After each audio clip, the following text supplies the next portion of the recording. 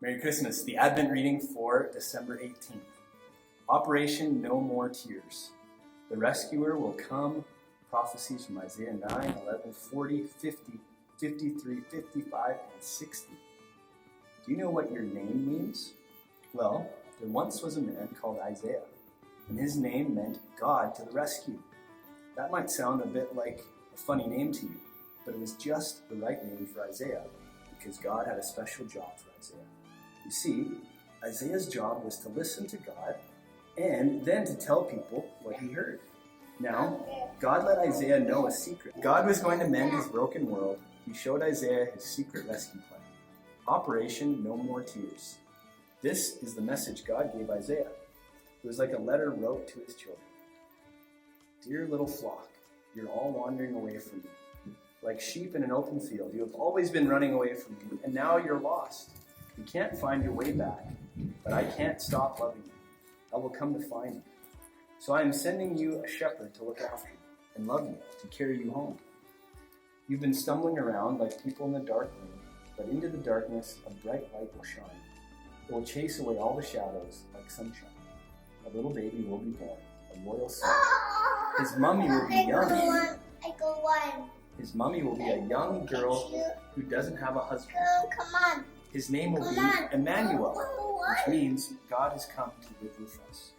He is the one of King David's children's children, the Prince of Peace.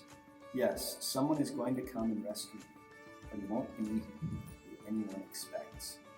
He will be a king, but he won't live in a palace, and he won't have lots of money.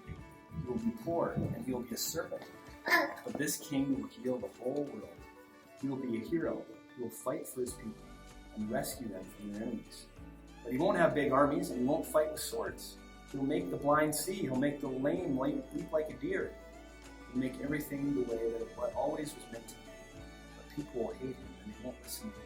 He'll be like a lamb who will suffer and die. It's the secret rescue plan we made from before the beginning of the world. It's the only way to get you back. But he won't stay dead. I will make him alive forever. And one day, when he comes back to rule forever, the mountains and trees will dance and sing for joy. The earth will shout out loud. His fame will fill the whole earth as the waters cover the sea. Everything sad will come untrue. Even death is going to die. And he will wipe away every tear from every eye. Yes, the rescuer will come. Look for him. Watch for him. Wait for him. He will come. I promise. Poor Isaiah. He read God's letter over and over to God's people, but no one listened to him at all. Ever. They didn't even want to hear God's promise. They didn't believe it. Did it sound maybe too good to be true? A story that ends happily ever after? Well, it does sound like a fairy tale, doesn't it? And as anyone will quickly tell you, fairy tales aren't true. Or are they?